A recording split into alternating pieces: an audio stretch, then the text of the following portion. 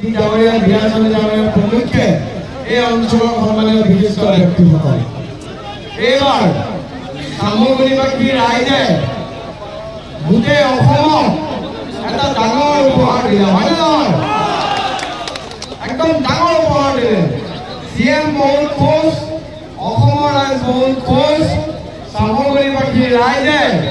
এইবাৰ গব্বৰ সিঙক ঘৰুৱাই দিলে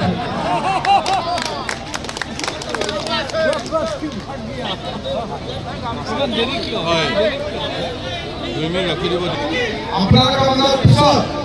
ভালকে আকৌ আহিম প্ৰত্যেকটো পঞ্চায়তত মই প্ৰত্যেকটো বুথত মই যাবৰ কাৰণে চেষ্টা কৰিম এতিয়া সামগ্ৰীবাসী ৰাইজৰ আমাৰ মেইন কাম হৈছে উন্নয়ন কৰা শিক্ষাৰ ক্ষেত্ৰত হওক স্বাস্থ্যৰ ক্ষেত্ৰত হওক ৰাস্তা ঘাটৰ ক্ষেত্ৰত হওক আৰু আগৰ নিচিনা এটা ভয় আৰু ভাবুকি নাথাকে তাৰ কাৰণে আমি চেষ্টা কৰিম ৰাইজ সকলোৱে মিলি সকলোৰে লগত থাকি সকলোৰে মাজত থাকি সামগ্ৰীৰ কাৰণে কাম কৰি মই আপোনালোকৰ প্ৰতিশ্ৰুতি দিছোঁ আপোনালোকে যিখিনি কৰিলে আপোনালোকে যেনেকৈ আমাক মৰম দিলে এই মৰমৰ কৃতজ্ঞতা জনাবলৈ মোৰ কোনো ভাষা নাই মাননীয় মুখ্যমন্ত্ৰী ডাঙৰীয়াই আপোনালোকক নমস্কাৰ জ্ঞাপন কৰিছে মাননীয় ৰাজ্যিক সভাপতি ভৱেশ কলিতা ডাঙৰীয়াই আপোনালোকক নমস্কাৰ জ্ঞাপন কৰিছে মাননীয় জিতু দা আছে মাননীয় সুৰেশ দা মুজিবুৰ দা আবু বকৰ সিদ্দিক ডাঙৰীয়া আপোনালোক সকলো ইয়াত জ্যেষ্ঠ নেতা আছে আমাৰ বিৰাজ দা আছে দুইজন আমাৰ মণ্ডল সভাপতি সুব্ৰত সিং আছে না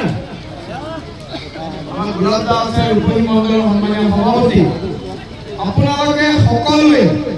মই এবাৰ মিডিয়াত কৈছোঁ সামগ্ৰীবাসী সকলো ৰাইজ আৰু যুৱ প্ৰজন্মই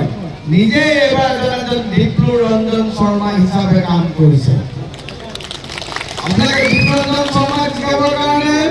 আপোনালোকে নহয় আপোনালোকে দীপ্লু ৰঞ্জন শৰ্মা হৈ পেলাই আপোনালোকে নিজক জিকাইছে গতিকে মই আপোনালোকৰ এই মৰম এই আশীৰ্বাদ